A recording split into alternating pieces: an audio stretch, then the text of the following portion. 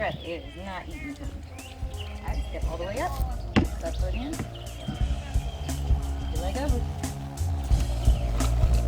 Yes, sir.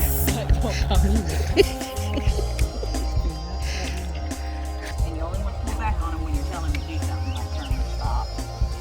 And that can keep them forward. There's no pressure in his mouth. Kicking with your heels, that's what tells him to go faster. Just like this, kicking into him, and your hands go forward. And then when you pull this rein out this way, that's where he's going.